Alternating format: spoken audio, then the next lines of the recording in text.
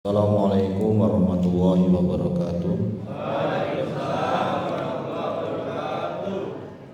Alhamdulillahilladzi arsala rasulahu bil huda wa dinil haqq liyudhhirahu 'ala dini kullihi wa kafa billahi shahida.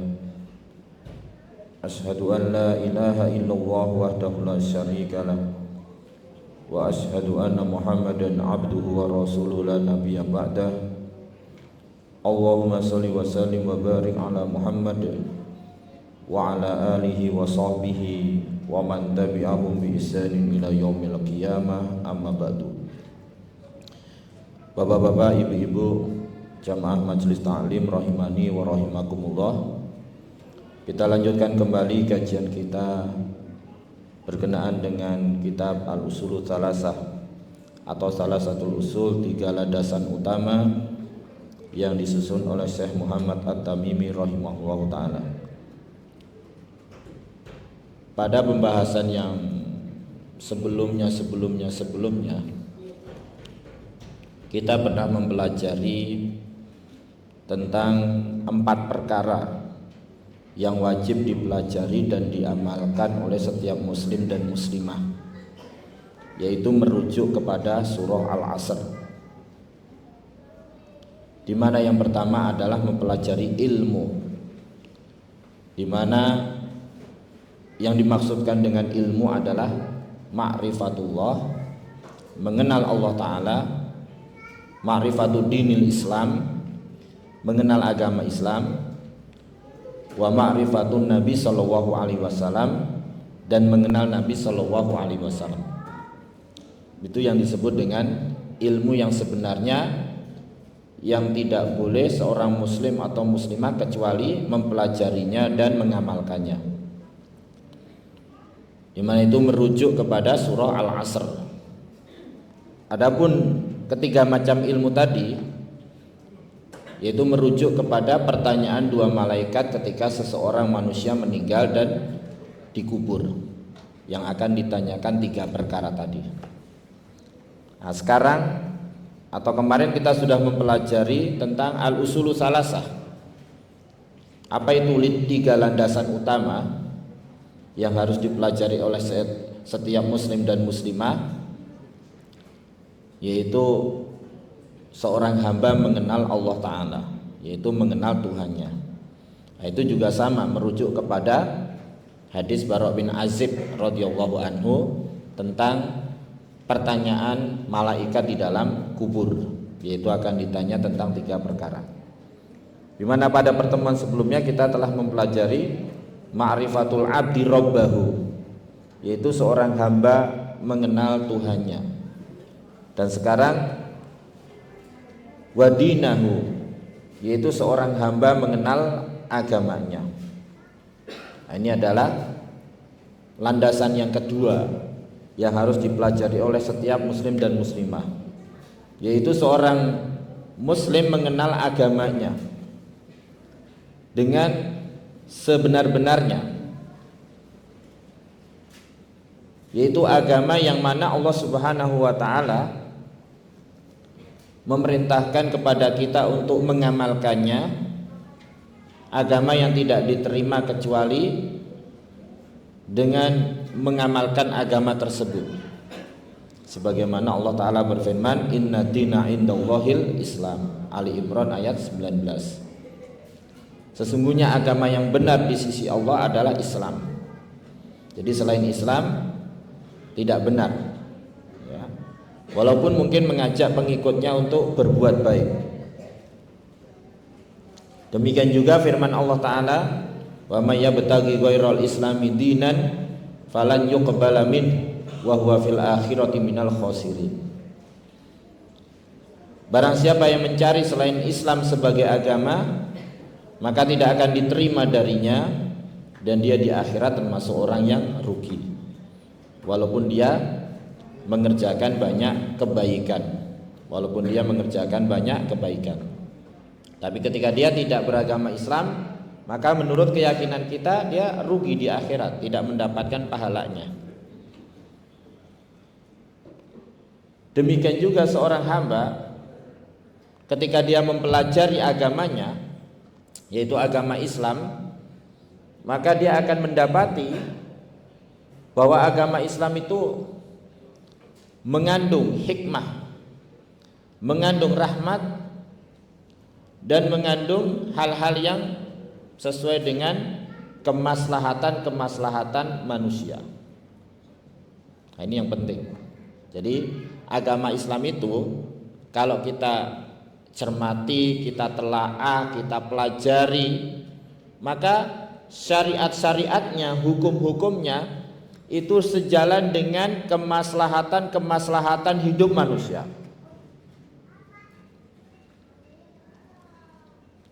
Dan maslahat hidup manusia itu pertama, hifdzun nafsi, menjaga jiwa. Jadi kalau ada aturan atau syariat agama apapun tidak menjamin kemaslahatan jiwa, maka itu bukan syariat yang benar.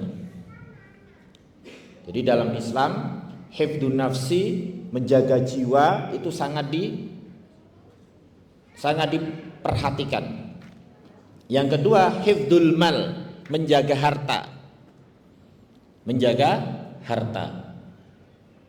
Jadi Islam itu syariatnya di antara tujuannya adalah untuk menjaga harta manusia agar tidak dibuang-buang, agar tidak binasa. Kemudian hifdzun nasl, menjaga keturunan yang ketiga. Terus kemudian yang keempat, hifdzul aql, menjaga akal. Jadi syariat Islam itu memberikan perhatian kepada akal pikiran. Yang terakhir, hifdzuddin, menjaga agama. Ini yang disebut apa? 5 kemaslahatan manusia.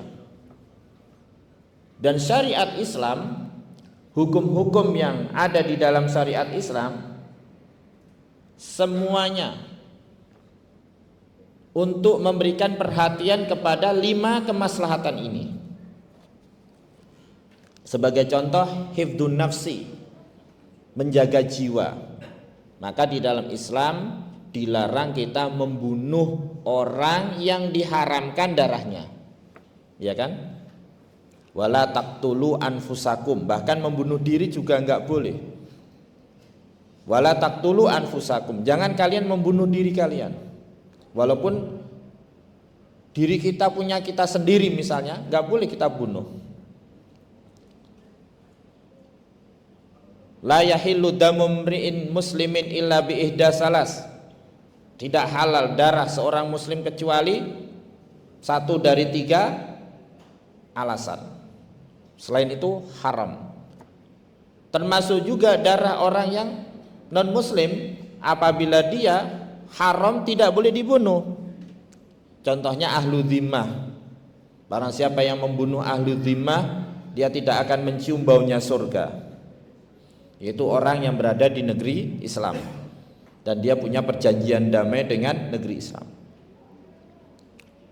Jadi hifdzun nafsi, menjaga jiwa. Sehingga misalnya begini, ada orang dipaksa oleh orang lain, diancam, kalau kamu harus bunuh orang itu, kalau kamu nggak mau bunuh dia, kamu yang saya bunuh.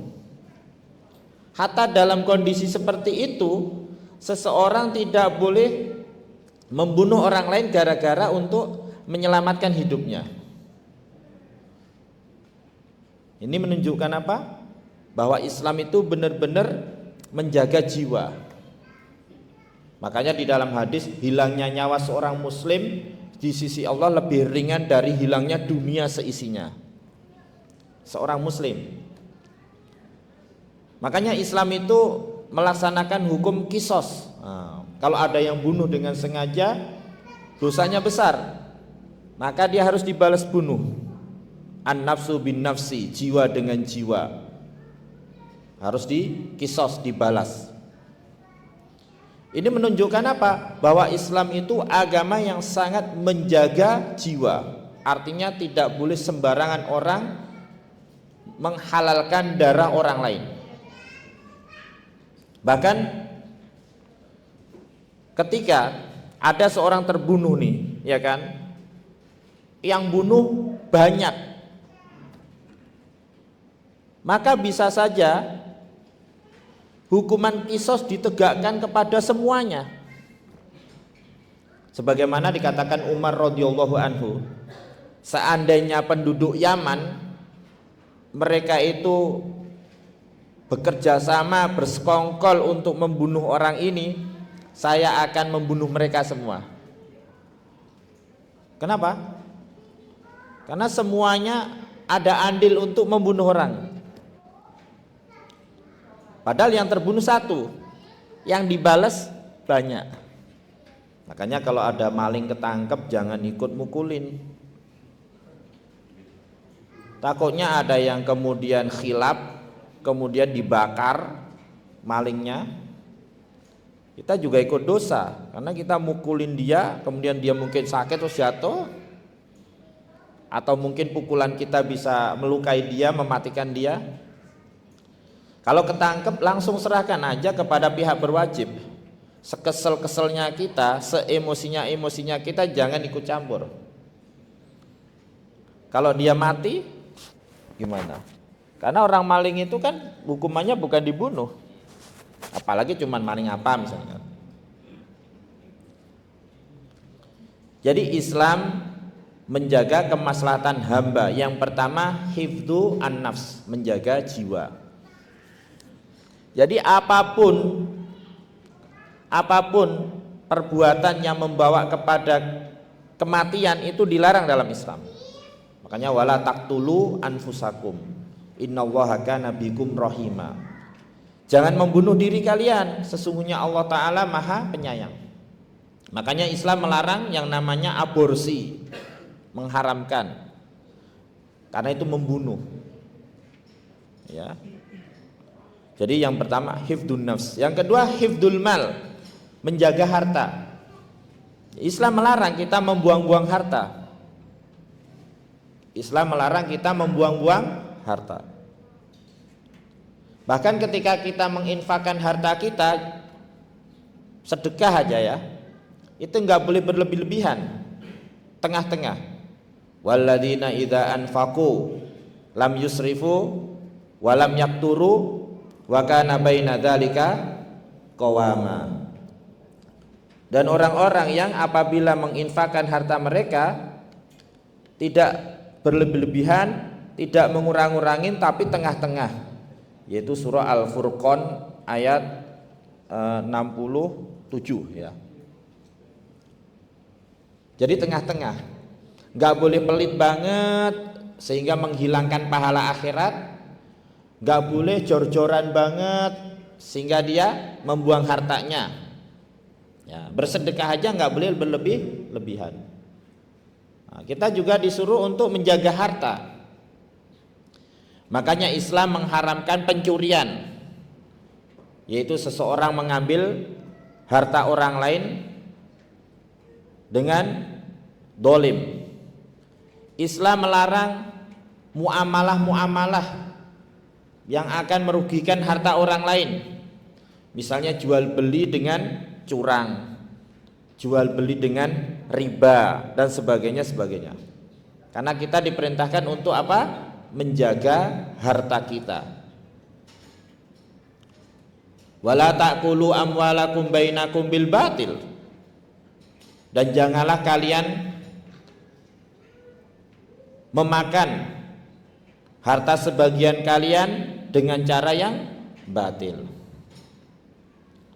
Illa antakuna tijaratan antarodin minkum, dalam ayat lain, kecuali karena tijarah, perdagangan yang didasarkan di atas keredoan di antara kalian. Nah, jual beli pun harus ada keredoan, tidak boleh terpaksa. Demi menjaga apa? Harta, menjaga harta saudaranya. Termasuk seseorang tidak boleh membuang-buang hartanya dengan berlebih-lebihan. wala tubazir tabzira. Jangan memubazirkan harta. Innal mubadzirina kanu ikhwanas syayatin. Sesungguhnya orang-orang yang memubazirkan harta saudaranya syaitan. Jadi Islam apa? Memerintahkan kita untuk menjaga harta. Karena menjaga harta termasuk salah satu dari kemaslahatan yang diperhatikan oleh agama Islam. Kemudian yang ketiga, hifdzun nasl, menjaga keturunan, supaya kita memiliki keturunan, dan supaya keturunan yang kita dapatkan itu syar'i. Makanya Islam memerintahkan untuk menikah. Ya ma'syaros sabab, man istata'a minkumul ba'a fal yatazawwaj. Wahai segenap pemuda, barang siapa di antara kalian memiliki kemampuan, hendaklah dia menikah supaya punya keturunan. Sebagaimana Nabi Shallallahu Alaihi Wasallam bersabda, tazawwaju al-wadudul walud, fa inni mukatsirun bikumul umam yaumal qiyamah. Menikahlah dengan seorang wanita yang penyayang dan punya anak banyak, karena sesungguhnya aku berbangga dengan banyaknya umat di hari kiamat. Jadi menjaga keturunan dengan menikah. Dan diharamkan berzina. Wala taqrabuz zina, dalam surah Al-Isra ayat 32. Jangan kalian mendekati zina, karena zina bisa saja mendatangkan keturunan yang enggak syar'i, anak yang tidak jelas bapaknya dan ibunya. Nah, ini menunjukkan bahwa Islam menjaga nasl, yaitu keturunan. Makanya tidak boleh ketika kemudian orang itu KB, kecuali dalam batasan yang sempit. Ya, ibunya ini sakit, kalau melahirkan bisa berbahaya, atau anaknya terlalu banyak, maka KB-nya adalah untuk memberikan jarak. Tapi kalau karena atas dasar saya lagi sibuk berkarir, terus nggak pengen punya anak, terus KB, dosa. Karena di antara tujuan menikah itu punya anak. Yang ada ketika dia nggak pengen punya anak nih, giliran dia udah nggak berkarir, pengen punya anak, malah nggak dapat. Mungkin dihukum oleh Allah Ta'ala. Dari awal dibilang saya nggak mau anak, ribet. Apalagi orang-orang di negara luar sana, banyak yang nggak mau nikah. Di Jepang katanya nggak mau nikah, nggak pengen punya anak karena repot, karena takut nggak bisa membiayai anaknya, menghidupi anaknya. Padahal kan kalau dalam Islam kita, keyakinan kita apa? Rezeki itu di sisi Allah Ta'ala. Orang kalau masih hidup ada aja rezekinya. Bahkan rezeki anak kita juga ada. Jadi Islam menganjurkan untuk menikah dan menganjurkan untuk memiliki banyak keturunan. Islam menjaga nasl atau keturunan dan mengharamkan zina, karena akan mendatangkan keturunan yang tidak syar'i. Kemudian hifdzul akal, menjaga akal. Yang keempat adalah kemaslahatan yang diperhatikan Islam adalah menjaga akal. Makanya Islam itu melarang kita untuk mengkonsumsi benda-benda yang dapat merusak akal, seperti minuman keras. Minuman keras itu umul khobaith, induknya keburukan dan dosa, induknya kejahatan, kunci kejahatan. Karena kalau orang sudah mabuk, akalnya tertutup, hilang, dia bisa melakukan perbuatan-perbuatan yang lebih dahsyat. Bahkan bisa saja dia kufur kepada Allah. Diriwayatkan oleh sahabat Utsman radhiyallahu anhu bahwa Rasulullah shallallahu alaihi wasallam mengatakan, dulu ada seorang yang rajin ibadah. Dia selalu ibadah di biaranya di zaman ahli kitab dulu. Ada seorang wanita cantik jelita yang tertarik dengan orang ini. Makanya dijebak. Wanita ini mengutus utusan ngundang laki-laki ini untuk datang ke rumah wanita tadi dengan alasan ingin dijadikan saksi atas satu perkara. Kan tujuannya baik. Datanglah laki-laki ini. Ternyata bukan mau dijadiin saksi. Disuruh bunuh anak. Karena anak yang tidak syar'i. Atau disuruh berhubungan badan dengan wanita ini. Atau disuruh mabuk, minum minuman keras. 3 pilihan. Kalau enggak, wanita ini akan teriak karena dia ketika masuk kunci udah ditutup. Pintunya ditutup, kunci. Dia nggak bisa keluar, lari. Kalau antum mungkin seneng ya.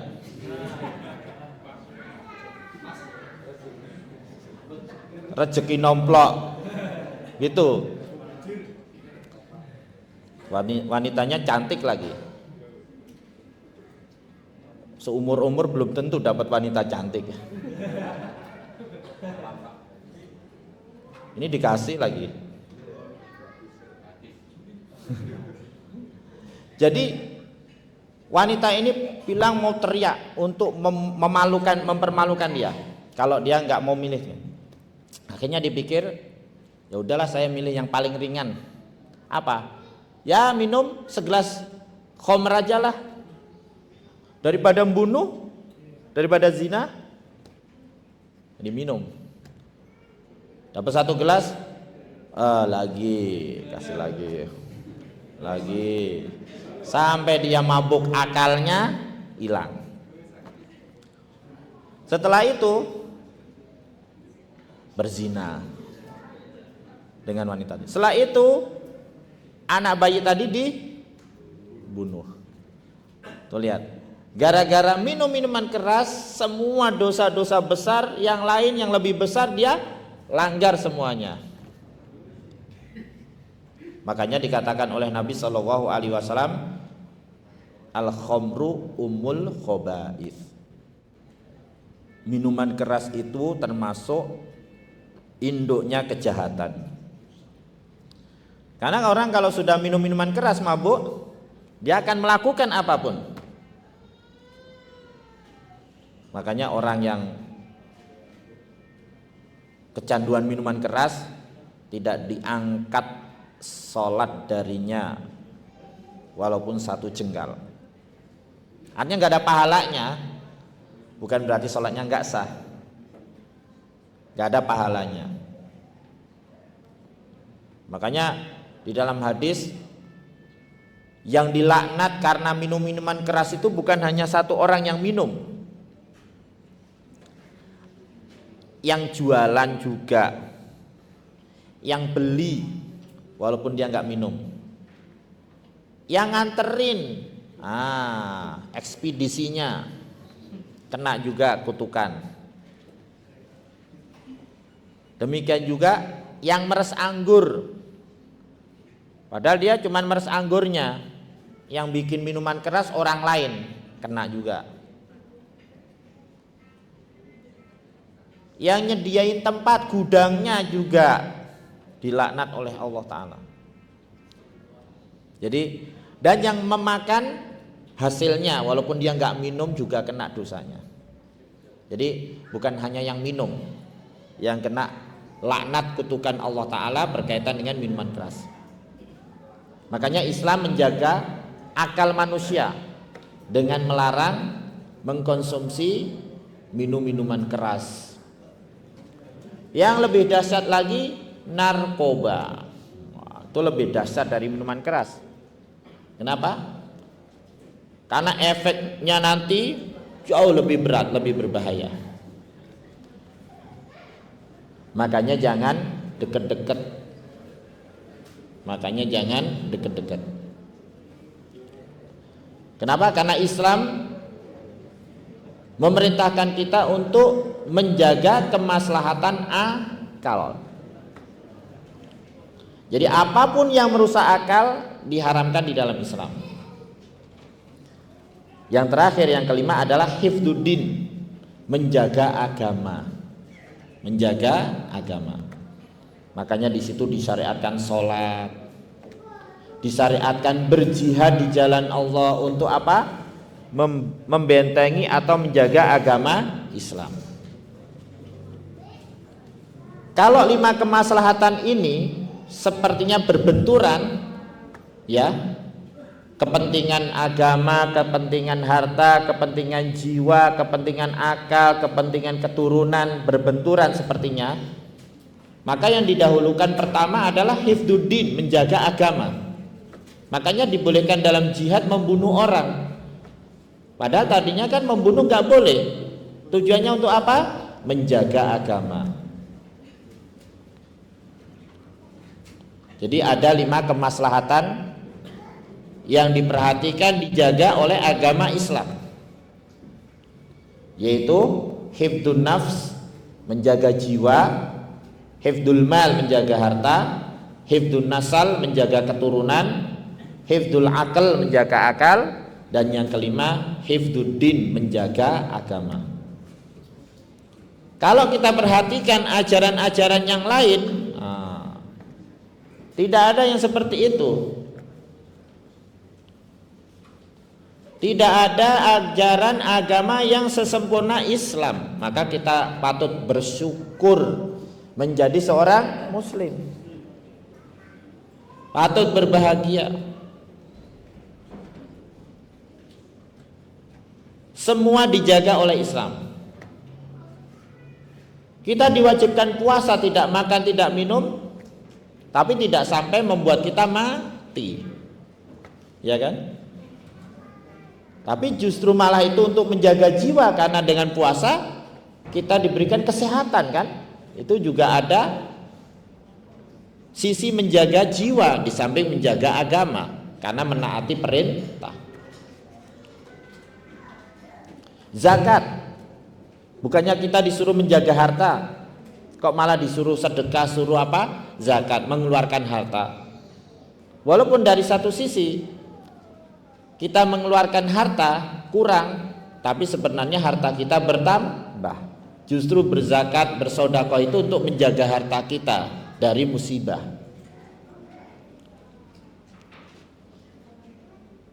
Kemudian ajaran Islam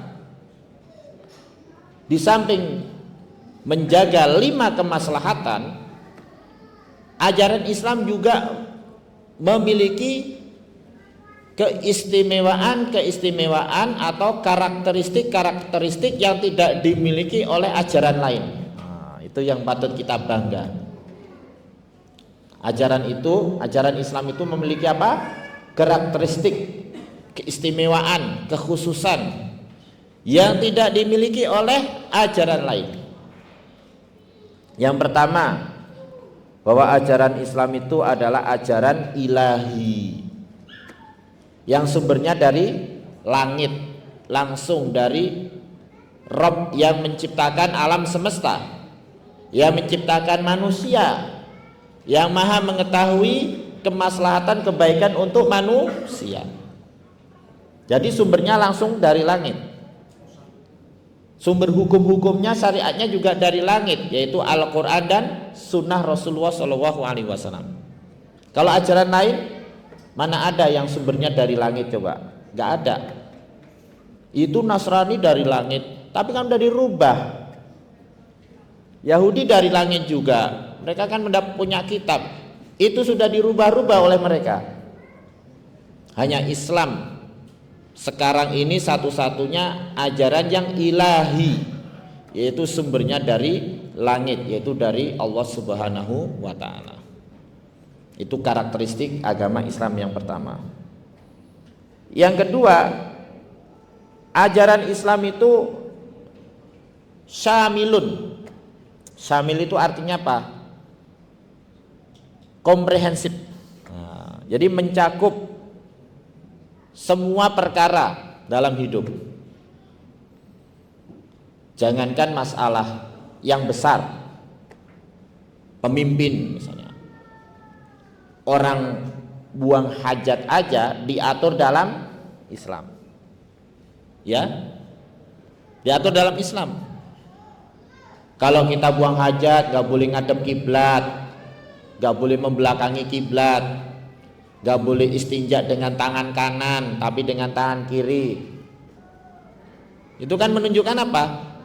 Buang hajat aja diatur dalam Islam, apalagi perkara yang besar. Berarti Islam itu ajaran yang mencakup semua sendi kehidupan manusia, syamilun. Juga makna syamilun adalah mencakup semua makhluk, baik itu manusia maupun jin. Baik manusia maupun jin. Dan juga mencakup setiap waktu, berlaku untuk setiap waktu. Apakah ajaran Islam yang dibawa oleh Rasulullah SAW itu hanya berlaku zaman dulu? Enggak. Bisa diterapkan sepanjang zaman, sampai kapanpun, sampai hari kiamat. Padahal syariatnya turun 1500-an tahun yang lalu, tapi masih bisa diterapkan sekarang dan selanjutnya. Coba lihat hukum-hukum yang dibuat oleh manusia. Kadang-kadang hanya berlaku untuk zaman tertentu. Ketika sudah berubah zaman, tidak lagi berlaku. Ya. Jadi menyangkut semua makhluk, semua waktu, dan juga mencakup semua tempat. Syariat Islam apakah hanya bisa diterapkan di negara-negara Arab yang di sana itu padang pasir? Enggak, di semua tempat bisa. Di sana orang bisa sholat, di sini juga bisa sholat. Di sana orang lihat Ka'bah bisa ngadep Ka'bah. Sekarang yang di sini nggak bisa ngadep arah Ka'bah, bisa kan? Di sana bisa azan, di sini juga bisa azan. Jadi di setiap tempat syariat Islam itu bisa diterapkan. Puasa misalnya ya, di negara yang siangnya panjang bisa puasa. Negara yang siangnya pendek pun bisa puasa. Negara yang nggak terbit matahari sama sekali pun juga bisa puasa, tinggal dihitung dengan negara terdekat, disamakan. Makanya di dalam Islam itu ada syariat yang namanya qiyas, mengkiaskan. Jadi berlaku untuk setiap zaman, setiap tempat, ya, setiap makhluk, dan juga setiap tahapan hidup manusia diatur. Dari sejak manusia masih dalam rahim ibunya, ada aturannya. Ketika sudah lahir, ada aturannya. Ketika sudah meninggal, ada aturannya. Jadi itu, agama Islam itu komprehensif, mencakup semuanya. Kemudian karakteristik yang ketiga, agama Islam itu agama yang fitrah, sesuai dengan fitrah manusia. Makanya di dalam surah Ar-Rum ayat 30 Allah Ta'ala berfirman, fa'akim wajhaka lid-dini hanifa, maka hadapkanlah wajahmu kepada agama yang hanif, yang lurus. Yaitu apa? Fitratallahi fataron nasa 'alaiha, yaitu fitrahnya Allah Ta'ala yang Allah menciptakan manusia di atas fitrah tersebut. Jadi agama Islam itu adalah agama yang sesuai dengan apa? Fitrah manusia. Fitrah manusia. Contoh, fitrahnya manusia itu dia memiliki hasrat berhubungan lawan jenis. Islam melarang enggak? Boleh, tapi nikah dulu. Kalau belum nikah nggak boleh, bolehnya ngimpi aja. Ngimpi. Kalau dapat ngimpinya. Ya, jadi Islam tidak melarang. Kalau di ajaran lain katanya ada. Kalau orang itu ingin mencapai tingkatan tinggi, dia nggak boleh nikah. Meninggalkan hal itu. Nah, ini kan jelas-jelas tidak sesuai dengan fitrah manusia. Itu fitrahnya manusia nggak bisa dilarang. Yang ada diarahkan. Jadi di dalam Islam, orang mau mencapai tingkatan yang tertinggi sekalipun, tidak boleh dia kemudian tidak menikah. Makanya para ulama-ulama dulu ada yang nggak nikah itu bukan karena nggak mau nikah, tapi karena mungkin sibuk menuntut ilmu, ada yang sibuk berjihad, mungkin nggak sempet, atau mungkin hasratnya tidak terlalu besar, kadang-kadang kan gitu kan. Tapi kalau secara normalnya menikah. Bahkan Nabi Shallallahu Alaihi Wasallam marah ketika ada orang yang mengatakan saya tidak akan menikah dengan wanita. Dia marah. Beliau mengatakan aku adalah orang yang paling takut kepada Allah. Aku juga menikah. Jadi agama Islam itu sesuai dengan fitrah. Itu sudah fitrahnya manusia seperti itu diciptakan. Ya. Dan sesuai dengan fitrah manusia yang namanya laki senang sama perempuan. Perempuan senang sama laki. Lah kalau ada laki senang sama laki, waduh. Perempuan senang sama perempuan, waduh. Itu sudah keluar dari fitrahnya. Makanya harus dibinasakan.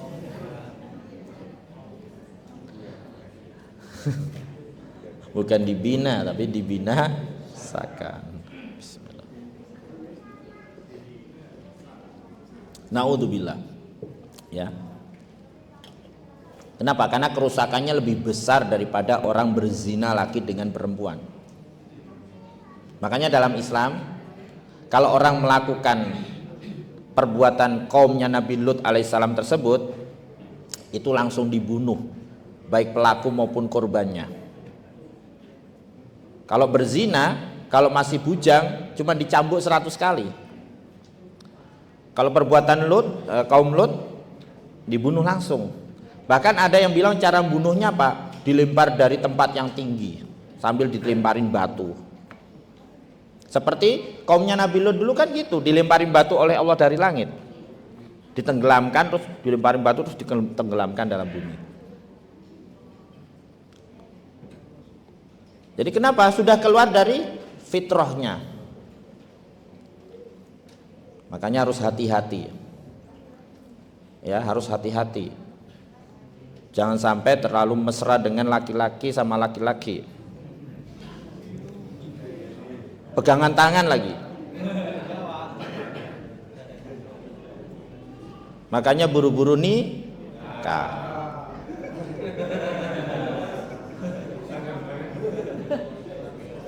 Udah gitu laki-laki jangan kemayu. Masa laki-laki ke salon terus. Uang yang harusnya dibeli nasi uduk dibuat ke salon. Harusnya kenyang malah ke salon. Dikit-dikit nggak pede dengan kulitnya. Orang laki-laki itu tangannya harus kasar, tangannya harus gelap. Jangan terpengaruh dengan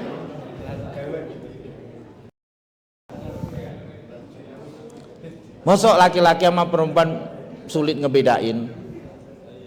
Laki-lakinya cantik.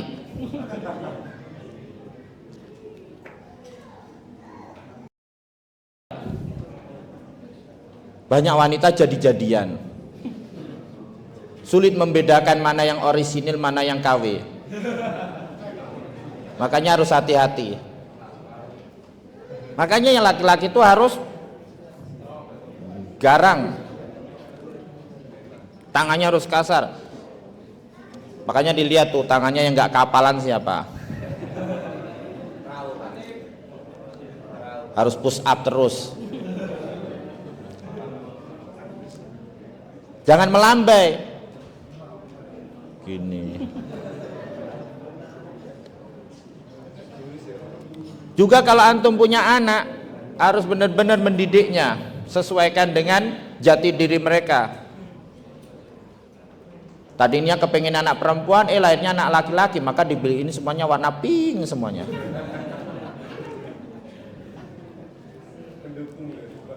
Jadi masih pengen anak perempuan, padahal anaknya laki. Dibeliin boneka.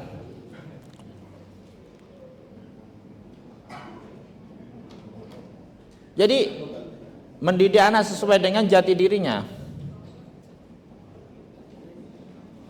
biar nanti kedepannya tidak kemayu, lemah lembut.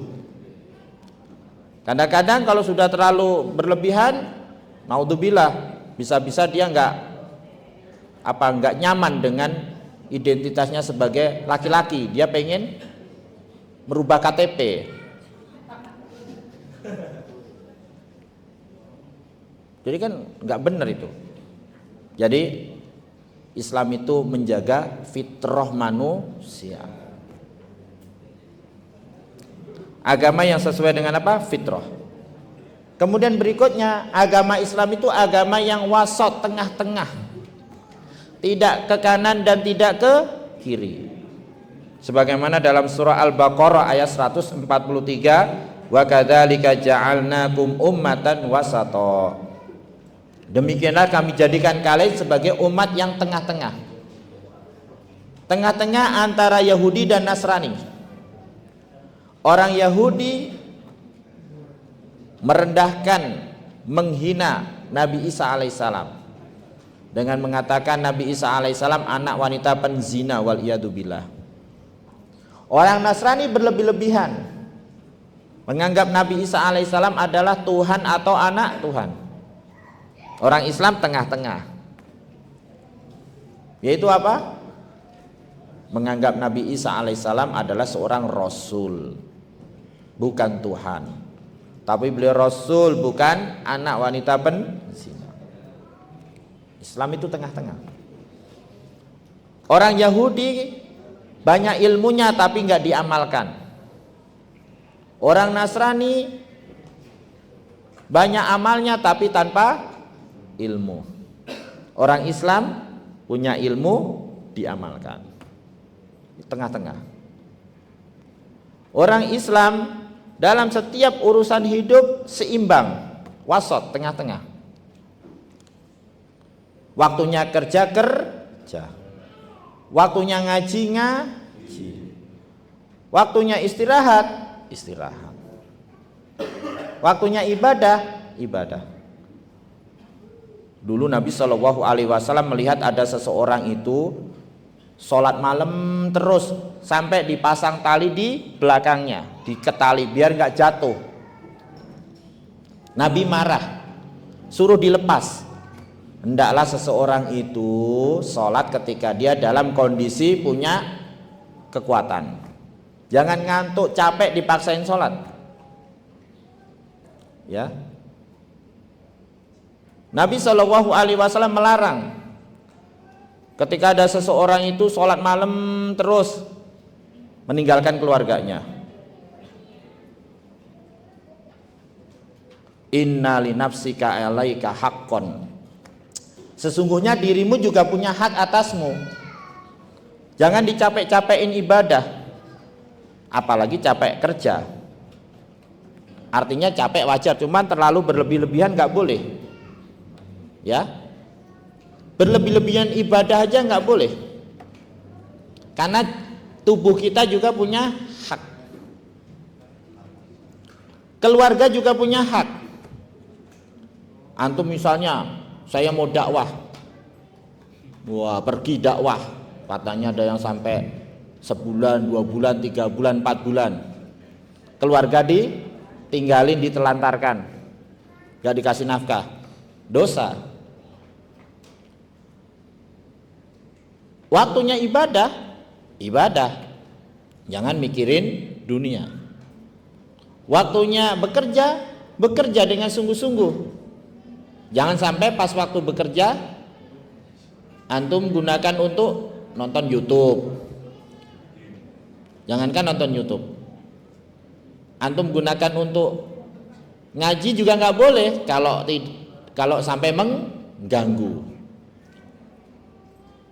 Makanya iktikaf itu kan pahalanya besar ya. Tapi sebagian ulama melarang kalau orang itu iktikaf pagi-pagi kerjanya nggak maksimal, ngantuk, tidur. Ya nggak? Puasa sunnah bagus nggak? Tapi orang ketika dia puasa sunnah, kerjaan jadi nggak bener karena haus, lapar, tidur terus, dosa. Karena puasa sunnah hukumnya sunnah, mengerjakan tanggung jawab hukumnya wajib. Aman. Kalau memang, tapi bukan berarti nggak boleh puasa sunnah. Masalahnya kalau dia itu puasa sunnah terus kerjanya nggak maksimal, melanggar aturan pekerjaan, males-malesan, tidur terus, nggak boleh. Karena melaksanakan pekerjaan dengan baik itu wajib. Puasa sunnah hukumnya sunnah. Bahkan seorang istri di rumah ketika suaminya ada di rumah, dia nggak boleh puasa sunnah kecuali suaminya mengizinkan. Ya siapa tahu dia lagi puasa, suaminya lagi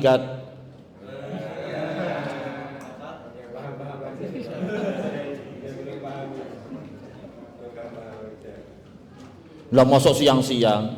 Lu siapa tahu?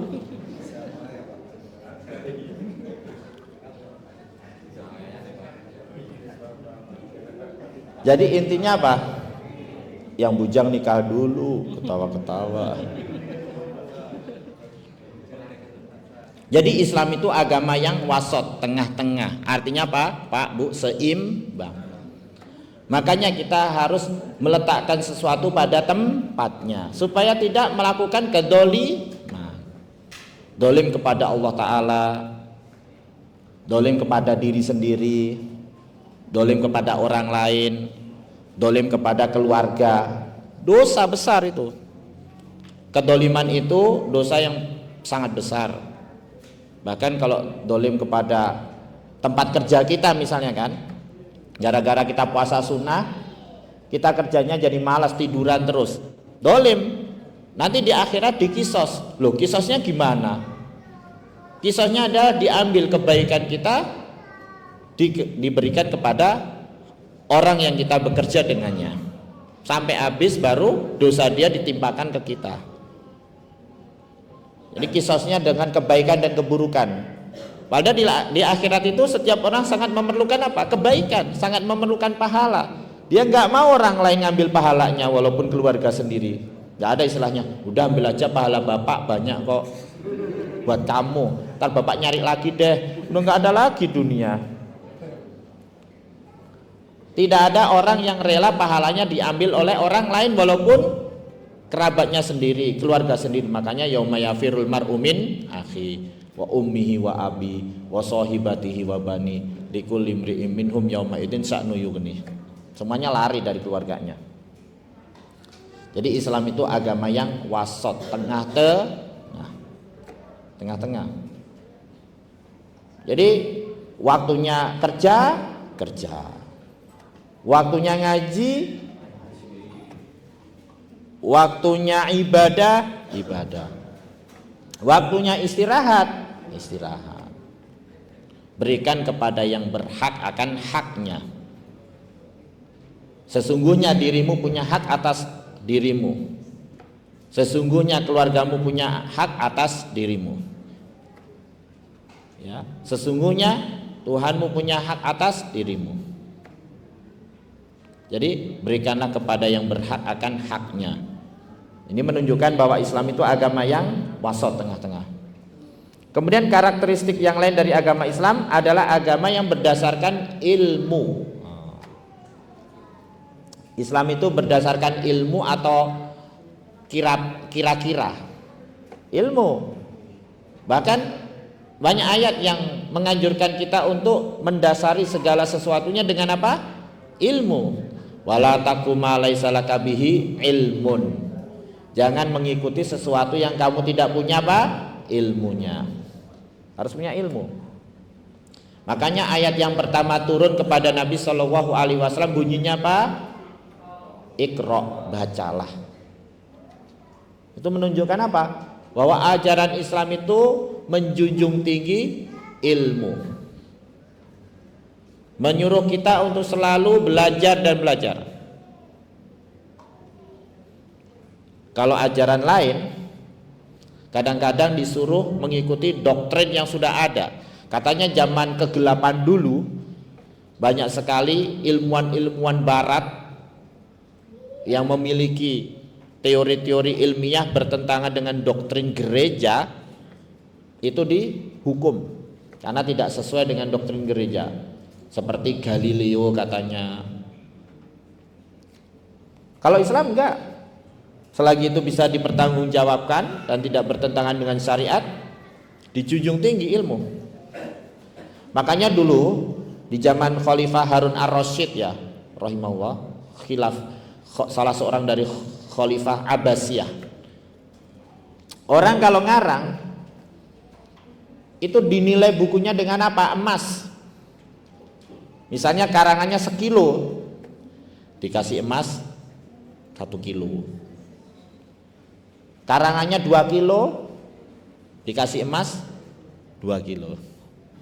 Jadi dinilai dengan emas. Sangat menjunjung tinggi. Makanya di zaman beliau Khalifah Harun ar-Rasyid rahimahullah banyak sekali yaitu aktivitas penterjemahan ilmu. Banyak sekali ulama-ulama Islam yang mereka ulama dalam agama juga ulama dalam ilmu. Tahu nggak? Ada seorang yang ahli dalam kedokteran. Seperti apa? Ibnu Sina. Kemudian apalagi Ar-Razi apa siapa? Saya lupa. Dia itu yang pertama kali menemukan vakum untuk nyedot bayi. Zaman dulu nggak ada, orang nggak tahu bagaimana kalau ngelainin. Beliau yang mengeluarkan pertama kali. Beliau yang pertama kali menemukan yang namanya menjahit operasi. Saya lupa namanya itu. Itu pertama kali di dunia. Bahkan buku-buku ulama Islam dalam kedokteran itu sampai diterjemahkan ke bahasa sana dan dipelajari di universitas-universitas barat. Cuman namanya sudah dipalingkan, ya tidak terkesan seolah-olah itu nama Arab. Jadi kayak nama Latin. Yaitu Ibnu Rusdi. Ibnu Rusdi itu kan orang Arab, tapi kalau sudah diterjemahin ke mereka namanya Averroes. Dikiranya oh ini orang Latin, padahal orang Islam. Ibnu Rusdi. Banyak itu ulama-ulama. Kenapa? Karena Islam menjunjung tinggi ilmu pengetahuan. Kemudian karakteristik yang berikutnya, Islam itu agama yang menjunjung tinggi akhlak dan budi pekerti. Banyak sekali ya di dalam Al-Quran atau hadis yang menjunjung tinggi akhlak. Bahkan dalam hadis yang paling banyak memasukkan orang dalam surga itu apa? Akhlak yang baik dan takwa. Dua perkara yang banyak memasukkan manusia ke dalam surga, at-taqwa wa husnul khuluq. Takwa dan akhlak yang baik. Ya kan? Berbicara yang baik. Wa qul li ibadi yaqulu allati hiya ahsan. Inna syaitana yanzaghu bainahum. Dan katakanlah kepada hamba-hambaku untuk mengucapkan yang baik. Karena setan itu menyebabkan apa? Perselisihan di antara manusia. Kenapa? Gara-gara ucapan yang tidak baik. Ya enggak? Makanya harus berbicara yang baik, berakhlak yang baik. Karena Islam ajaran yang menjunjung tinggi akhlak yang mulia. Makanya dalam hadis Nabi Shallallahu Alaihi Wasallam bersabda, Innama bu'ithu liutammima makarimal akhlak. Sesungguhnya aku diutus hanyalah untuk menyempurnakan akhlak yang baik. Akhlak yang baik. Bahkan orang itu dengan akhlaknya yang baik, dalam hadis bisa mencapai derajat orang yang suka puasa, suka qiyamul lail. Waduh, berat banget kan? Puasa terus, qiyamul lail terus. Tapi orang dengan akhlaknya yang baik itu bisa mencapai derajat tersebut. Karena akhlak yang baik itu bisa membuka hati manusia. Jualan aja kalau yang jual akhlaknya baik, laris nggak? Emang ada kalau antum di toko jualan roti misalnya, nanti kalau ada pelanggan datang tanyanya begini, ngapain Pak kesini? Nggak ada kan? Baru masuk langsung keluar lagi nggak jadi beli. Pasti harus disambut dengan akhlak yang baik. Senyum, ya kan? Silakan Pak, silakan Bu, rotinya masih anget, gitu kan? Silakan pilih, kami ada promo loh, gitu. Ya enggak? Karena yang namanya akhlak yang baik kan membuka hati manusia. Lah kalau antum kasar sama pembeli, gak jadi masuk. Yang ada dia keluar ninggalin batu, lontang. Bahkan dengan musuh aja, kalau kita mengedepankan akhlak yang baik, itu bisa menjadi baik. Idfa billati hiya ahsan. Fa idzal ladzi bainaka wa bainahu adawatun ka'annahu waliyyun hamim. Tolaklah dengan cara yang lebih baik. Apabila ada permusuhan antara dirimu dengannya, maka dia menjadi teman yang dekat. Jadi akhlak yang baik itu membuka hati manusia. Niat yang baik membuka kebaikan. Jadi mulailah hidup dengan dua hal. Dengan bersihnya hati, dengan akhlak yang baik, ucapan yang baik. Dengan kebersihan hati akan membuka banyak pintu kebaikan dan keberkahan.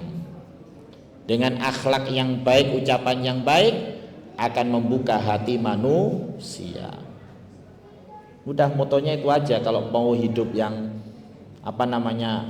bahagia, setiap hari dimulai dengan akhlak yang baik, dimulai dengan ucapan yang baik, dan dimulai dengan niat yang tulus, ikhlas, hati yang bersih. Baru bangun tidur udah bawaannya udah kesel terus, ya. Mulai pekerjaan harus dengan senyum, ya enggak? Jangan aduh tiap hari bikin adonan terus. Kapan saya bisa jadi kayak Pak? Jangan gersuloh, jangan ngeluh, ya kan? Semua ada tahapannya, semua ada takdirnya. Jadi mulai hidup dengan apa? Hati yang bersih, hati yang lurus, jiwa yang jernih, dan akhlak yang baik, perkataan yang baik. Karena hati yang bersih membuka banyak pintu kebaikan dan keberkahan. Akhlak yang baik, ucapan yang baik membuka hati manusia. Nah, itu karakteristik agama Islam. Ya, karakteristik pertama, Islam itu agama ilahi. Sumbernya dari Allah Ta'ala langsung, bukan dari manusia, bukan dari karangan manusia. Kemudian agama yang komprehensif, mencakup semua sendi kehidupan manusia, berlaku di setiap tempat, berlaku di setiap zaman, berlaku untuk semua makhluk, ya, jin, manusia, binatang juga. Kemudian agama yang sesuai dengan fitrah, ya. Agama yang wasat, tengah-tengah, yang menyeimbangkan semua sisi kehidupan manusia. Kita memberikan setiap yang berhak akan haknya, supaya tidak berlebih-lebihan dan mengurang-urangin, supaya tidak terjerumus dalam kedoliman. Terus karakteristik yang berikutnya adalah ajaran yang menjunjung tinggi ilmu. Bahkan wahyu yang pertama turun memerintahkan Nabi Shallallahu Alaihi Wasallam untuk membaca atau iqra. Dan yang terakhir, karakteristik yang terakhir adalah agama yang menjunjung akhlak. Kemudian berikutnya wa nabiyhi Muhammadin sallallahu alaihi wasallam, yaitu ma'rifatu ar-rasul. Kita juga dulu pernah membahas tentang ma'rifatu rasul, yaitu mengenal Rasulullah sallallahu alaihi wasallam, mengenal namanya, nasabnya, mengenal sejarah hidupnya. Karena tak kenal maka tak sayang. Ketika orang tidak kenal sejarah hidup Nabi Shallallahu Alaihi Wasallam dengan benar, hanya mendengar dari orang, mungkin dia akan benci kepada Nabi Shallallahu Alaihi Wasallam, sebagaimana seorang Arab Badui. Tapi ketika langsung berhadapan dengan Nabi Shallallahu Alaihi Wasallam, berbicara dengan beliau, berubah drastis. Nabi Shallallahu Alaihi Wasallam menjadi orang yang paling dia cintai. Kenapa? Karena tidak ada yang lebih sempurna dari Rasulullah Shallallahu Alaihi Wasallam. Sebagai seorang ayah, sebagai seorang suami, sebagai seorang teman, sebagai seorang pemimpin, beliau melaksanakan semua tugas dengan sebaik-baiknya. Makanya kita pernah pelajari bagaimana pentingnya mempelajari sirah atau perjalanan hidup Rasulullah Shallallahu Alaihi Wasallam. Jangan sampai kita pinter sejarah pahlawan-pahlawan kita, tapi kita nggak pinter sejarah hidup Rasulullah Shallallahu Alaihi Wasallam. Ya enggak? Kita kadang-kadang kan belajar IPS kan, wah, pahlawan fulan, bagaimana hidupnya, sejarah hidupnya bagus, bagaimana perjuangannya bagus. Tapi kadang-kadang kita nggak pernah belajar sirah nabawiyah, kisah perjalanan hidup Rasulullah Shallallahu Alaihi Wasallam. Padahal beliau adalah manusia yang paling mulia di antara penduduk-penduduk bumi ini, bahkan makhluk yang paling mulia. Nabi Shallallahu Alaihi Wasallam itu lebih mulia dari malaikat Jibril alaihissalam, lebih mulia. Malaikat Jibril itu malaikat yang paling mulia. Rasulullah Shallallahu Alaihi Wasallam makhluk yang paling mulia. Jangan sampai kita tidak tahu bagaimana sejarah hidup beliau. Ketika kita semakin tahu, kita akan semakin cinta. Ketika kita semakin cinta kepada Nabi Shallallahu Alaihi Wasallam, maka akan semakin menjadikan beliau sebagai qudwatun hasanah. Karena memang laqad kana lakum fi rasulillahi uswatun hasanah liman kana yarjullaha wal yaumal akhir. Sungguh telah ada pada diri kalian, dalam diri Rasulullah Shallallahu Alaihi Wasallam itu uswatun hasanah, suri tauladan yang baik. Jadi jangan sampai kita nggak tahu. Antum ada nggak kajian sirah nabawiyah? Nggak ada kan? Nah, harus sisihkan waktu minimal sebulan sekali. Di mana ada kajian sirah nabawiyah, ikut. Kalau nggak ada waktu, berusaha lihat di YouTube misalnya, pasti banyak kan kajian-kajian sirah nabawiyah. Jangan sampai misalnya yang mbak-mbak tahu tentang tapi nggak tahu tentang Nabi, gimana kan? Jadi tahu artis-artis, ini bagus ini ya kan? Terus kemudian ngepen, tapi nggak tahu tentang Nabi Shallallahu Alaihi Wasallam. Dan mengenal Nabi Shallallahu Alaihi Wasallam itu akan menumbuhkan cinta kita kepada Nabi Shallallahu Alaihi Wasallam. Semakin kuat cinta kita kepada Nabi Shallallahu Alaihi Wasallam, kita akan semakin taat kepada Nabi Shallallahu Alaihi Wasallam.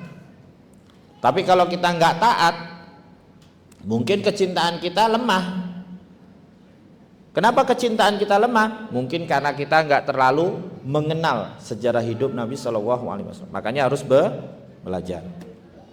Dan itu sebagai bentuk atau konsekuensi dari kesaksian kita, syahadat kita bahwasanya Muhammad adalah Rasulullah Shallallahu Alaihi Wasallam. Karena apabila kita bersaksi wa asyhadu anna Muhammadan Rasulullah, saya bersaksi bahwa Muhammad adalah utusan Allah, mengandung makna apa? Membenarkan setiap apa yang beliau beritakan. Jadi apapun yang diberitakan Nabi Shallallahu Alaihi Wasallam harus kita benarkan. Itu konsekuensinya. Sehingga kalau kita bersahadat bahwa Muhammad adalah utusan Allah, tapi kita masih mendustakan, naudzubillah, atau mungkin masih ragu tentang apa yang diberitakan oleh Nabi Shallallahu Alaihi Wasallam, berarti belum benar syahadat kita. Berarti syahadat kita belum benar. Membenarkan apapun yang diberitakan oleh Nabi Shallallahu Alaihi Wasallam, bahwasanya beliau menyampaikan risalah dari Allah Subhanahu Wa Taala. Demikian juga mengimani bahwa risalah Nabi Shallallahu Alaihi Wasallam itu untuk seluruh umat manusia dan jin. Jadi risalah Nabi Shallallahu Alaihi Wasallam itu untuk semua manusia dan jin. Nah, kalau nabi-nabi sebelumnya hanya diutus kepada satu kaum saja, dan juga untuk manusia saja. Tapi kalau Rasulullah Shallallahu Alaihi Wasallam selain diutus kepada manusia juga kepada bangsa jin. Dan bukan hanya kepada satu kaum saja, orang Arab, bukan, semua umat manusia. Demikian juga mengimani bahwa Nabi Shallallahu Alaihi Wasallam adalah penutup para nabi, khotamun nabiyyin. Jadi tidak ada lagi nabi sesudah Rasulullah Shallallahu Alaihi Wasallam. Juga beriman bahwasanya syariat yang dibawa oleh Nabi Shallallahu Alaihi Wasallam itu menghapuskan syariat sebelumnya. Jadi kalau orang masih mengaku beribadah kepada Allah, berarti harus mengikuti syariat Nabi Shallallahu Alaihi Wasallam. Karena syariat yang beliau bawa itu memansuhkan syariat sebelumnya. Demikian juga mengimani, meyakini bahwa Nabi Shallallahu Alaihi Wasallam sudah menunaikan risalah dan menunaikan amanah, menyempurnakan amanah. Jadi semuanya sudah disampaikan. Artinya begini, tidak ada apapun yang mendekatkan kepada surga kecuali sudah disampaikan. Tidak ada apapun yang menjauhkan dari neraka kecuali sudah disampaikan. Jadi nggak ada yang ditutup-tutupin lagi. Berarti konsekuensinya apa? Berarti kita tidak boleh nambah-nambahin dalam syariat. Karena semuanya sudah disampaikan. Orang kalau nambah-nambahin dalam syariat, mendatangkan perkara yang baru, berarti sama saja meyakini kalau Nabi Shallallahu Alaihi Wasallam belum menyampaikan perintah Allah semuanya. Berarti sama aja masih ada yang ditutup-tutupin. Sama saja meyakini bahwa Nabi Shallallahu Alaihi Wasallam menyembunyikan kebaikan dan kebenaran. Sama saja begitu kan? Karena kita mengatakan ini menurut saya bagus, walaupun perkara yang tidak pernah dilakukan Nabi, tapi kan bagus. Kalau bagus pasti Nabi sudah melakukan. Kalau yang tidak dilakukan Nabi ya berarti nggak bagus, walaupun tidak benar walaupun bagus menurut kita. Jadi itu konsekuensi dari membenarkan apapun yang diberitakan oleh Nabi Shallallahu Alaihi Wasallam. Demikian juga kewajiban kita untuk menaati Nabi Shallallahu Alaihi Wasallam. Menaati Nabi Shallallahu Alaihi Wasallam. Banyak sekali ayat-ayat dan hadis-hadis yang memerintahkan kita untuk taat kepada Rasulullah Shallallahu Alaihi Wasallam. Di antaranya apa? Qul in kuntum tuhibbunallaha fattabi'uni yuhibbukumullah wa yaghfir lakum dzunubakum wallahu ghafurur rahim. Ali Imran ayat 31. Katakanlah, jika kalian benar-benar mencintai Allah, maka ikutilah aku, kata Nabi. Ikuti Nabi, taat kepada Nabi.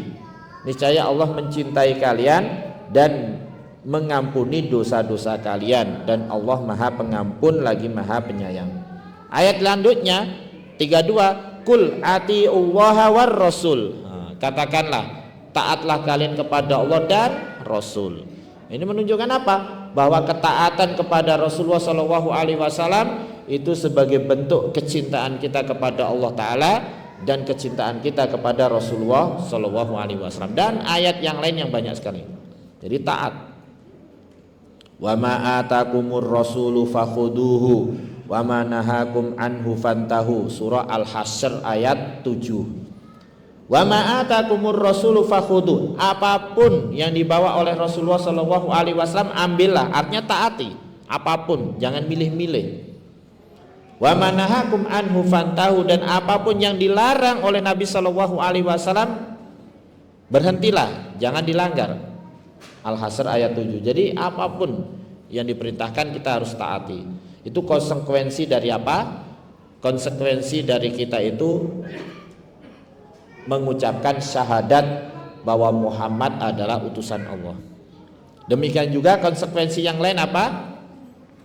Bahwa kita harus memuliakan Nabi, menghormati Nabi, beradab kepada Nabi, dan membela Nabi. Makanya termasuk beradab kepada Nabi, kalau kita di sisi kuburan Nabi SAW tuh nggak boleh teriak-teriak. La tarfa'u aswatakum fawqa sautin Nabi wa la tajharu lahu bil qaul. Jangan mengangkat suara kalian di atas suara Nabi, dan jangan menjaharkan suara kalian di sisi Nabi SAW. Makanya di kuburan Nabi pun nggak boleh teriak-teriak. Umar radhiyallahu anhu pernah marah nih ketika ada orang bersuara tinggi di dekat kuburan Nabi SAW. Beliau mengatakan, kalau bukan karena kamu dari Taif, saya akan pukul kamu. Jadi ketika Nabi SAW meninggal, beradab kepada beliau juga masih berlaku ketika di sisi kuburan Nabi SAW. Makanya ada yang di dekat kuburan Nabi kadang orang teriak-teriak, nggak boleh, ya, walaupun beliau sudah meninggal. Demikian juga konsekuensinya adalah membela sunnah-sunnah beliau. Di samping kita membela Nabi SAW, juga membela sunnah-sunnah beliau. Ada yang kadang-kadang ketika Nabi SAW dihina, dia mati-matian membela, tapi dia tidak mau membela sunnah Nabi SAW. Nah, ini aneh, paham? Kita wajib membela zat Nabi SAW, juga kita wajib membela sunnah-sunnah Nabi SAW. Harus dibela sunnah Nabi. Caranya gimana? Kalau ada yang menghinakan, mencela sunnah Nabi, maka kita harus membela dengan hujah kita. Dan menghina Nabi SAW itu termasuk kekufuran dan kemurtadan. Artinya bisa mengeluarkan orang dari Islam kalau dia Muslim. Ada yang bilang begini, kan Nabi SAW suka memaafkan orang. Berapa banyak orang yang tidak beradab kepada beliau dimaafkan kan? Itu kan dulu ketika Nabi SAW masih hidup. Nah sekarang kan Nabi SAW sudah meninggal, kita kan nggak tahu apakah beliau memaafkan orang yang mencela beliau atau tidak, ya kan? Kan nggak tahu. Makanya ada orang mengatakan, ada ulama mengatakan, ketika orang menghina Nabi SAW itu udah langsung dihukum bunuh karena murtad. Lah, kalau dia taubat gimana? Kalau dia pun taubat juga dia harus dibunuh karena kisos loh. Bukan karena murtadnya, tapi karena kisos ketika dia sudah bertobat pun. Artinya apa? Bahwa mencela Nabi SAW itu sesuatu yang sangat berat, bisa keluar daripada Islam. Termasuk juga membela Nabi Shallallahu Alaihi Wasallam adalah membela keluarga beliau. Ya enggak? Ada yang mencela keluarga Nabi Shallallahu Alaihi Wasallam seperti orang-orang Syiah. Kita kalau ingin membela seseorang ketika keluarganya dihina, apakah kita membela atau tidak? Membela kan? Karena kita meyakini membela keluarga orang itu sama saja kita membela orang itu. Ya enggak? Demikian juga kita harus membela keluarga Nabi Shallallahu Alaihi Wasallam, istri-istri beliau, keturunan beliau. Sama saja kita membela Nabi Shallallahu Alaihi Wasallam. Jadi itu bagian daripada membela Nabi Shallallahu Alaihi Wasallam ketika beliau sudah meninggal. Terus apalagi kewajiban kita atau konsekuensi daripada syahadat bahwa Muhammad Shallallahu Alaihi Wasallam adalah utusan Allah, yaitu tidak gulu kepada Rasulullah Shallallahu Alaihi Wasallam. Gulu itu artinya apa? Berlebih-lebihan. Gulu. Seperti orang Nasrani gulu kepada Nabi Isa alaihissalam dengan mengatakan Nabi Isa itu anak Tuhan atau Tuhan karena lahir tanpa ayah. Itu namanya gulu. Kita kepada Rasulullah Shallallahu Alaihi Wasallam juga nggak boleh gulu, karena kebanyakan yang memasukkan orang dalam, kebanyakan orang sesat dulu itu karena gulu. Iyyakum wal gulu, jauhilah oleh kalian sikap gulu berlebihan. Kita mencintai Nabi Shallallahu Alaihi Wasallam tapi nggak boleh berlebih-lebihan. Ada yang mengatakan bahwa Allah Subhanahu wa taala menciptakan sebelum yang lain-lain itu Nur Muhammad, cahaya Rasulullah Shallallahu Alaihi Wasallam. Gak ada dalilnya, gulu. Ada yang mengatakan bahwa Rasulullah Shallallahu Alaihi Wasallam itu mengetahui yang gaib, itu gulu. Karena tidak ada yang mengetahui yang gaib kecuali Allah Subhanahu wa taala. Kalaupun Nabi Shallallahu Alaihi Wasallam tahu yang gaib, misalnya tahu tentang sebagian tanda kiamat, itu karena wahyu dari Allah Subhanahu wa taala. Jadi nggak boleh gulu. Ada orang-orang yang kadang-kadang berlebih-lebihan mengangkat derajat Nabi Shallallahu Alaihi Wasallam di atas derajat yang telah diberikan oleh Allah Taala, dengan mengatakan di dalam qasidahnya, ya, wa min judika dunya wa darratiha wa min ilmika ilmul lauhi wal qalami. Mereka selalu melantunkan qasidah itu. Bunyinya apa diantaranya? Wa min judika dunya wa darratiha. Ya Rasulullah, di antara kebaikanmu adanya dunia dan akhirat. Jadi dunia akhirat itu ada karena Nabi Shallallahu Alaihi Wasallam. Itu kan gulu, nggak boleh. Kan dunia akhirat ada ya karena Allah Taala berkehendak, ya kan? Terus wa min ilmika ilmul lauhi wal qalami, dan di antara ilmumu ya Rasulullah adalah ilmu yang ada di Lauhil Mahfuz dan ilmu yang ditulis oleh pena. Berarti Nabi Shallallahu Alaihi Wasallam tahu yang gaib.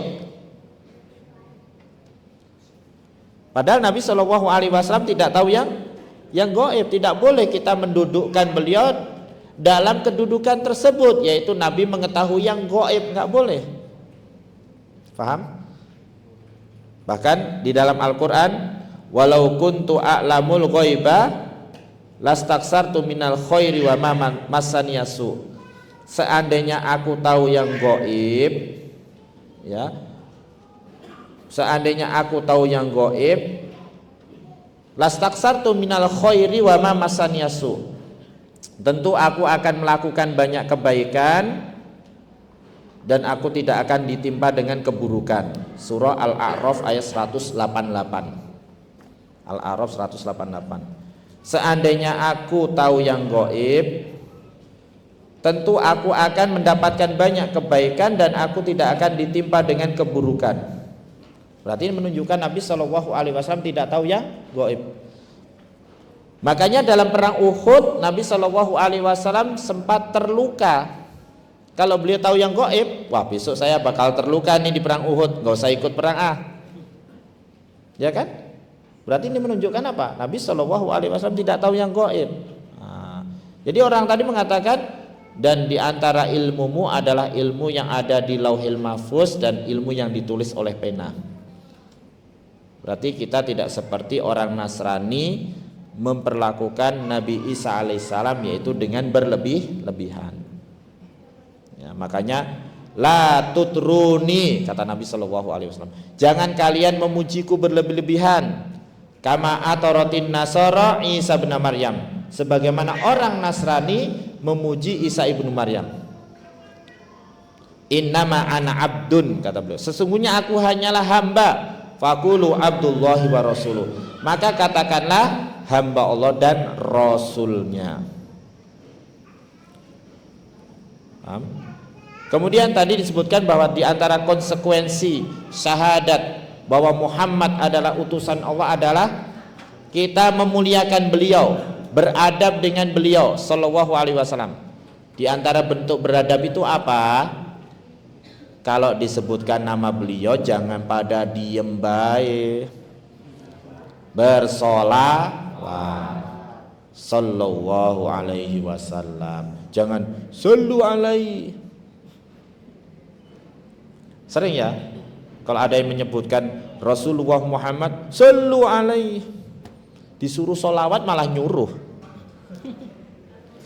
Tahu nggak artinya sallu alaihi? Artinya bersolawatlah untuknya. Kita itu yang disuruh solawat malah nyuruh orang. Itu karena nggak ngerti bahasa Arab mungkin ya.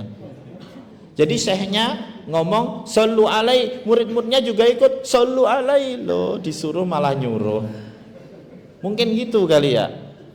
Jadi yang benar ya, syekhnya kan nyuruh kita salat, berarti kita sallallahu alaihi wasallam, sallallahu alaihi wa ala alihi wasallam. Gitu. Bukan diikutin gurunya. Sallu alaihi loh. Itu kalau dalam bahasa Arab itu kata kerja perintah yang artinya bersolawatlah untuknya. Kita disuruh bersolawat malah nyuruh orang. Ya kita ya harus bersolawat. Al-bakhilu man dzukirtu indahu falam yusolli alayya. Orang yang pelit itu bukan yang nggak pernah ngasih duit, tapi orang yang disebutkan aku di sisinya dia tidak pernah bersolawat kepadaku. Jadi bakhil, makanya harus banyak-banyak bersolawat kepada Nabi Shallallahu Alaihi Wasallam. Ketika kita dengar nama beliau disebutkan, Shallallahu Alaihi Wasallam, Shallallahu Alaihi Wasallam. Paham? Innallaha wa malaikatahu yusholluna 'alan nabi. Sering kita dengar di hari Jumat kan? Sesungguhnya Allah Ta'ala bersolawat, ya, sesungguhnya Allah Ta'ala dan para malaikatnya bersolawat kepada Rasulullah Sallallahu Alaihi Wasallam. Ya ayyuhalladzina amanu shollu alaihi, wahai orang-orang yang beriman bersolawatlah kepadanya dan ucapkanlah salam kepadanya. Berarti kita harus melaksanakan. Dalam tulisan pun iya, itu termasuk beradab kepada Nabi Sallallahu Alaihi Wasallam. Dan jangan disingkat SAW. Masih banyak yang nyingkat. Masih ada enggak? Masih banyak enggak di antara antum yang kalau nulis Muhammad terus SAW, Rasulullah SAW, yang artinya so, melihat.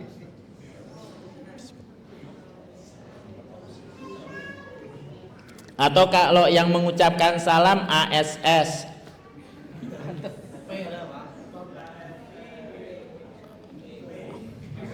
Kalau antum ketahuan nulisnya WKWK nggak apa-apa. Kalau Allah Ta'ala Subhanahu wa Ta'ala jangan SWT. Rasulullah jangan SAW Sallallahu Alaihi Wasallam. Assalamualaikum jangan ASS. AS AK misalnya. AK apa AM gitu. Tahu nggak?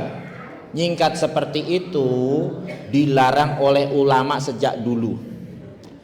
Menunjukkan kita ini nggak adab kepada Rasulullah Shallallahu Alaihi Wasallam.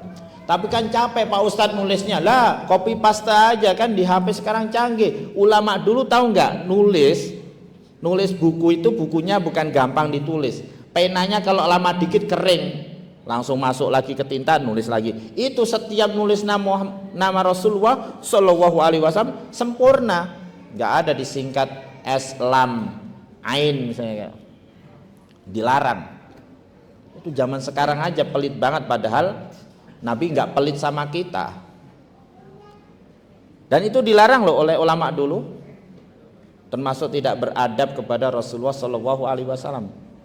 Jadi jangan disingkat SAW, karena itu konsekuensi dari kita beradab dan memuliakan Rasulullah Shallallahu Alaihi Wasallam. Kan banyak, tinggal copy paste, atau bisa saja katanya di HP itu disetting kan. Kalau pencet begini nanti keluar Shallallahu Alaihi Wasallam. Pencet gini Subhanahu wa Ta'ala. Pencet gini Assalamualaikum warahmatullahi wabarakatuh. Gampang zaman sekarang kan. Zaman dulu saja ulama tadi, tahu nggak pulpennya apa?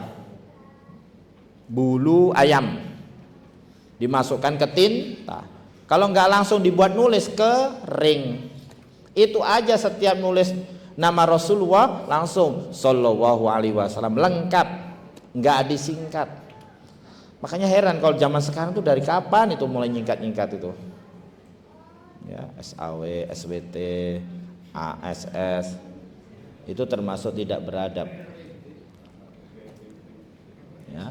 Kalau selain itu nggak apa-apa disingkat. Ini kan puji-pujian kepada Allah Ta'ala, kepada Rasulullah Shallallahu Alaihi Wasallam, jangan disingkat. Emang Nabi Shallallahu Alaihi Wasallam pelit sama kita? Enggak. Beliau sepanjang hidupnya berjuang untuk kebaikan umatnya. Bahkan nanti di akhirat, ya kan, doa Nabi Shallallahu Alaihi Wasallam ketika melewatin sirat,